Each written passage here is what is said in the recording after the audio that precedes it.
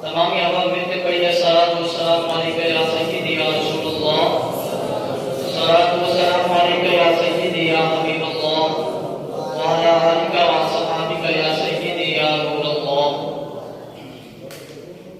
تو غنی از ہر دو عالم من فقیر، تو غنی از ہر دو عالم من فقیر، روز معاشر گزر ہائے من پذیر، ور حسابم رات بھی ناگزیر، اس نگاہ مصطفیٰ پنہا بگیر، غوث اعظم امام التقیٰ والنقیٰ، غوث اعظم امام التقیٰ والنقیٰ، جلوہ شان قدرت پہ لاکھوں سلام۔ حمد و ثنا کے بعد نہایت ہی واجب الاحترام معزز سامعین و ناظرین، آج میں جس موضوع پر لب کشائی کرنے کی جسارت کر رہا ہوں وہ موضوع حضور سیدنا غوث اعظم رضی اللہ تعالی عنہ کے متعلق ہے۔ اپنی گفتگو کو شروع کرنے سے پہلے میں نے آپ کے سامنے قرآن مجید، برہان رشید، فرقان حمید میں سے ایک آیہ کریمہ کا کچھ حصہ پڑھنے کا شرف حاصل کیا ہے۔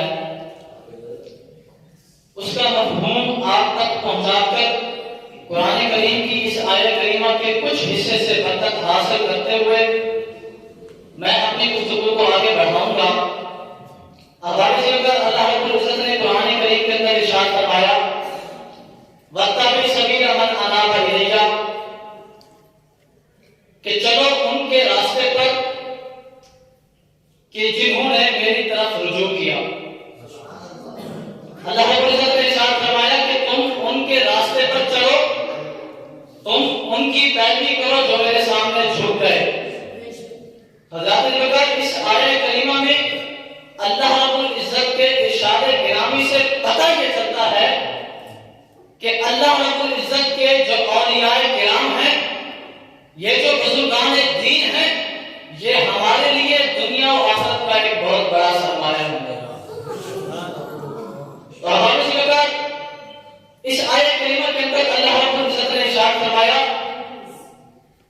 کہ تم ان لوگوں کے راستے پر چلو کہ جنہوں نے اپنی زندگی کو میرے احکام کے مطابق ڈھال لیا، کہ جنہوں نے اپنے ظاہر و باطن کو میرے تابع کر دیا۔ اللہ رب العزت نے ارشاد فرمایا کہ انہوں نے اپنی زندگی، پوری زندگی میرے احکام پر عمل کرتے ہوئے میرے سامنے جھک گئے۔ تو ہوا کیا؟ نتیجہ یہ نکلا کہ اللہ نے فرمایا میں نے انہیں اپنا قرب عطا فرمایا۔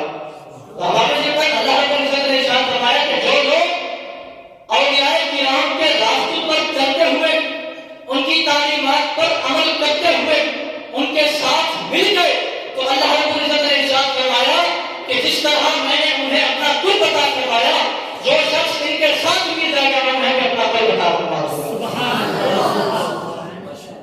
تو ہمارے جب حضرت سیدنا غوث اعظم رضی اللہ تعالی عنہ،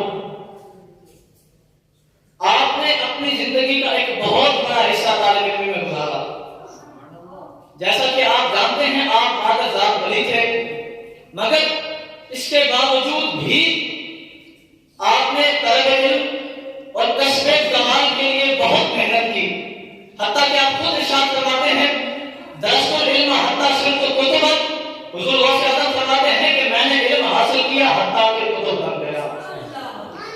حضرات بکر آپ کی جو دینی اور علمی خدمات ہیں نا، ان کا دائرہ کار بہت وسیع ہے، اور میں مختصر سے وقت میں اختصار کے ساتھ اپنی گفتگو کو ختم کروں گا۔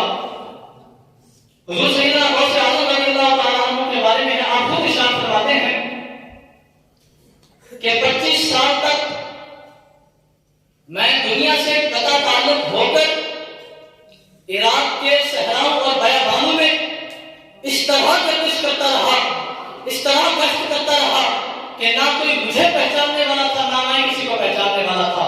حضور غوث اعظم فرماتے ہیں مگر رجال الغیب اور جنات کی میری طرف آمد ہوا کرتی تھی. آپ فرماتے ہیں کہ میں رجال الغیب اور جنات کو راہ حق کی تعلیم دیا کرتا تھا.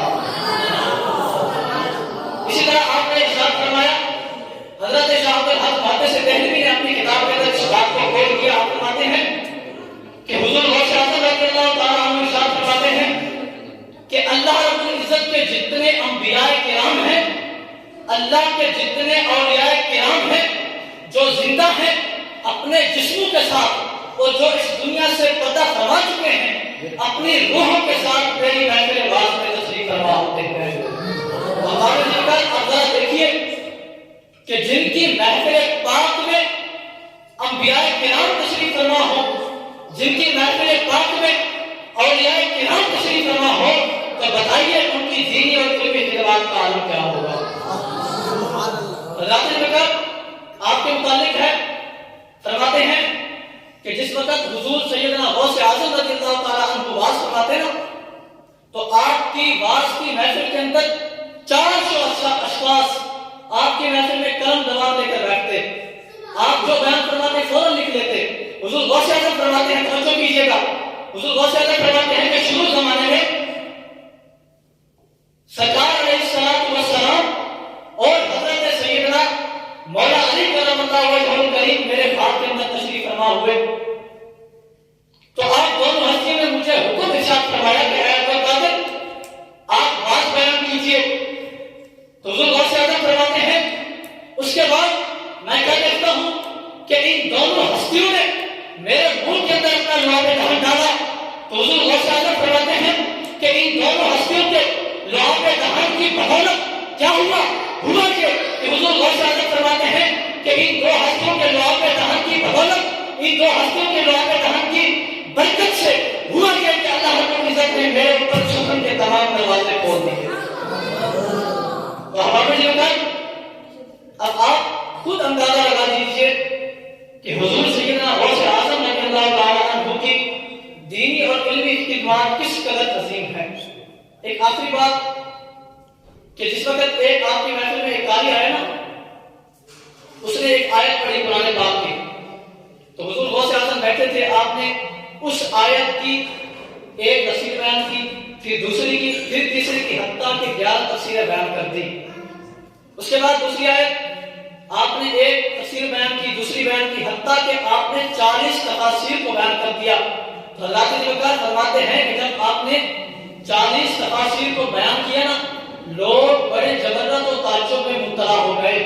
اور یہ آپ کی ہی شان تھی کہ آپ کے پاس جس قدر مشکل سے مشکل مسئلہ آپ کو پیش آتا نا، آپ بغیر مطالعے کے اس کا جواب عنایت فرما دیتے تھے. حضرات بکر آخر میں اس شعر پر میں اپنی گفتگو کو ختم کروں گا. شاعر فرماتا ہے، سر بھلا کیا کوئی جانے کہ ہے کیسا تیرا، سر بھلا کیا کوئی جانے کہ ہے کیسا تیرا، اولیاء بھی بنتے ہیں آنکھیں کہ وہ ہے تلوار تیرا. وما علیہ